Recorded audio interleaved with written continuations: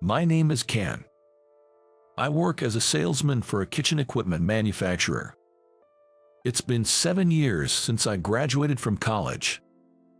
I'm neither a top salesman or particularly poor in sales performance. Well, I guess I'm just an average employee. About 1 month before the new fiscal year, a merger with a foreign company was announced. So, the merger talks have finally reached our company. I wonder if there will be any layoffs. I was vaguely thinking about such things. The sales department underwent significant changes. All the sales, administrative staff who used to create documents like materials and quotes were either laid off or transferred to subsidiaries, and administrative tasks were outsourced to a staffing agency. Then, a new boss from the parent foreign company, named David, was appointed to the sales department. David gave his inaugural speech. From today, I'm appointed as a sales manager. The focus here is to aggressively secure maintenance contracts and snatch them from competitors. That's all. He seemed strict. That was my first impression when I saw David. Afterward, 2 temporary staff who would handle sales administration were introduced. These are Taylor and Maya, who will be handling the paperwork from now on. Each of you, please introduce yourselves briefly. Prompted by David, Taylor introduced herself first. Nice to meet you all. I'm Taylor. I played basketball in high school, so I'm quite tall at 6 foot. Don't be intimidated by my height. Feel free to ask me anything. Then Maya, the other person, also greeted us. My name is Maya, named after the gods of spring. As you can guess from my name, I was born in May. I'll do my best, and I'm looking forward to working with you. Standing next to Taylor, she seemed quite small. Both of them were excellent at their jobs. Precise and incredibly fast. We were really grateful for their help. In the sales department, we had 8 salesmen, so Maya and Taylor divided their responsibilities, each supporting 4 salesmen. Maya was in charge of me. She was cheerful and easygoing. Maya, sorry to bother you, but could you manage to get this contract renewal done by the day after tomorrow? For Ken's hard work, I'll make it happen, she answered with a smile. After they left for the day, us guys often talked among ourselves. I wonder if Maya has a boyfriend. She's cute. She probably does. If she doesn't, I'd like to be a candidate. Maya was really popular. It's like I have a ton of rivals. I chuckled to myself, thinking about it. As we got used to the new structure in the department, we started to understand more things. Especially about David. He didn't seem to be very good at his job. He just kept telling us to get contracts and work hard, but he didn't even know what kind of kitchen equipment we dealt with. Even though he was sent from the main office, he should at least learn the basics. And David, it seems, had his eyes on Maya. Lately, he's been frequently approaching her with a grin. Maya, how about lunch with me today? Before lunch, while carrying documents, David casually walked past Maya and spoke to her from behind. David, I'm sorry, I appreciate your kind invitation, but I usually have lunch here with my packed meal alongside Taylor. She turned him down straightforwardly. Eventually, David's invitations began to border on what might be considered inappropriate in terms of compliance. Maya, if lunch is no good, how about dinner? I'll take you to a hotel restaurant, and you're welcome to stay with me until morning. You sure have a sense of humor, David. She gave him a wry smile. We male employees present exchanged glances, wondering, what is he saying? What's up with this guy?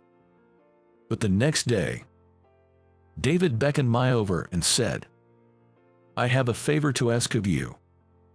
He then handed her a cardboard box overflowing with documents.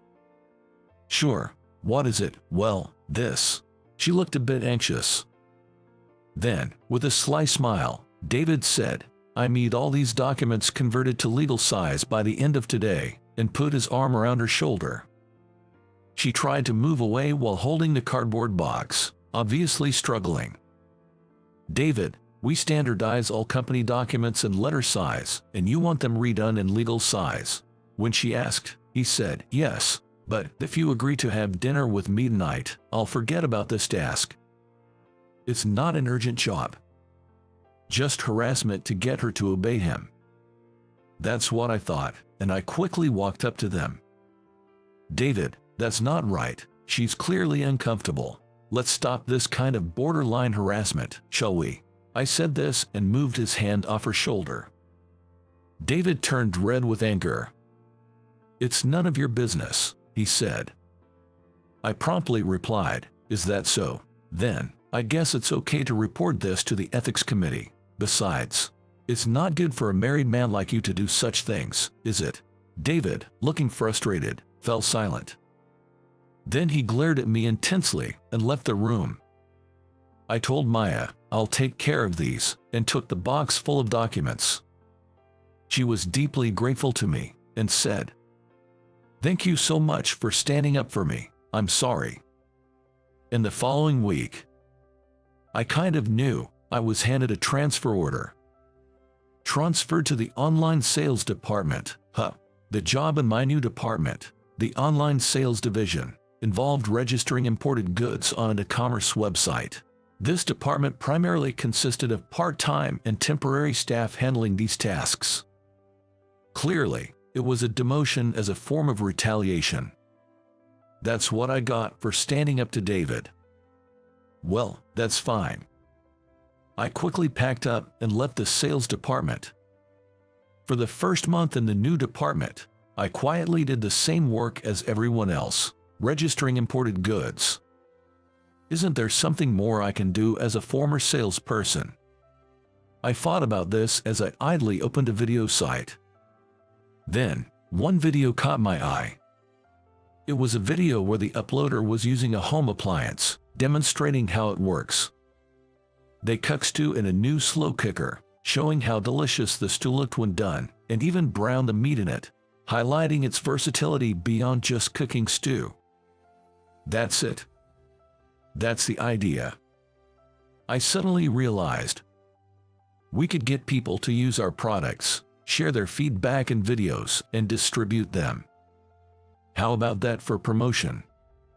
When I discussed it with the sales promotion and public relations departments, they quickly approved my proposal. So, I immediately started the video promotion campaign. The response from viewers was great, and the orders, they tripled. Then, I decided to regularly introduce products for videos. 3 months after my transfer to the e-commerce department, I received an email from Tom, the head of the main office. I was surprised by its content. It stated that the advertising budget for the online sales department would be tripled. Moreover, if the expenses still weren't enough, I was allowed to directly request additional funds from Tom. Well, I can't believe we're getting so much for advertising. It seems unbelievable. I was utterly speechless. The following week, something even more surprising happened. I was appointed as the section chief of the online sales department. This promotion ignited my spirit for even greater challenges. The strength of online sales lies in not being confined to the domestic market. Moreover, since our company deals with imported goods, there are advantages like easy shipping from overseas bases if we expand the market abroad. My next plan was to promote our products overseas through video campaigns, similar to what we have been doing domestically. However, my French was only good enough to understand middle school level material. I didn't understand Chinese at all. I lacked the language skills necessary for negotiating with people overseas. So, I immediately consulted with Tom about this issue. To my relief, he responded quickly, agreeing to assign a temp employee who was proficient in both French and Chinese. Well, a temp staff member. I hoped for someone bright and approachable like Taylor or Maya. As I thought this, I received an internal email from Tom the next day, saying, "A staff member will be assigned to you starting today. Please take good care of her. Such a quick response. It's incredibly helpful. As I was reading the email, I heard a cheerful woman's voice behind me. Good morning. I'm Maya, and I'll be under your care starting today. I turned around, doubting my eyes and ears. Maya. As I stared at her in disbelief, she said happily, "Thank you so much for that time. After you were transferred, everyone in the department went to the ethics committee about that incident. Afterwards, David was transferred, or rather, sent to a factory in China. It's all thanks to you for stepping in courageously." She said this and smiled. That's good to hear. I was really worried after that, whether David was still persistently bothering you. I inadvertently spoke my true feelings. But Maya, you're amazing. Not only are you skilled in computer, but also proficient in French and Chinese.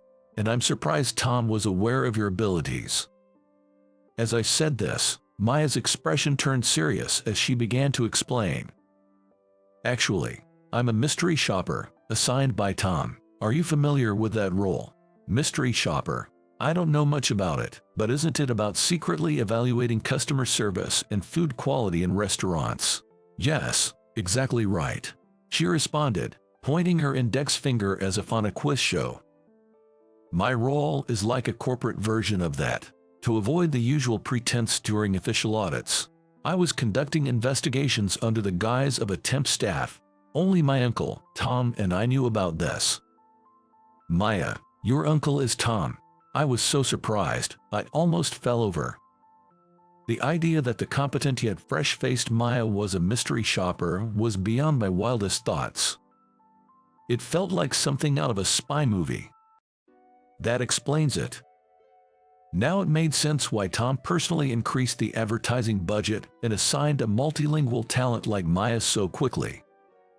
I'm really shocked. As I could only utter these words, Maya chuckled softly. Then, she smiled sweetly at me and said, "Ken, I wanted to thank you for that time. Would you like to join me for lunch today?" "Lunch?" I asked in surprise. She laughed and playfully asked, "Was that reverse harassment, compliance-wise?" "No, I'd be delighted." I answered, grateful for this incredibly joyful surprise. Half a year later, Maya and I became the strongest partners, both professionally and personally. I've been leading a smooth-sailing life, with virtually no worries at work, but there's one issue that's been on my mind. It's about being invited to a home party by Maya's father, who is the executive vice president of the head office. Surprisingly, not only is her uncle the head of our division, but her father is the executive vice president of the whole company. I was astonished when I found out, and again, I was speechless. And now, I'm planning to talk to her father at the party about our relationship with Maya, which is headed towards marriage. Maya keeps reassuring me that my dad is a gentle person, so it'll be fine, but as the day of the party approaches, I can't help but feel increasingly nervous. With the home party just 2 weeks away, I've been feeling a bit queasy. Whether she knows about my anxiety or not, Maya seems excited about the party every day. "Hey, let's go look at dresses for the party on our next day official." Sounds good. Seeing her innocently smiling, I feel relieved. Maybe Maya has been conducting her own kind of mystery shopper evaluation on me as a future husband. If that's the case, maybe I've passed. I chuckled to myself at the thought, which is probably just a figment of my imagination. Everything will be all right. I keep encouraging myself with these thoughts, hoping that my meeting with her father will go well.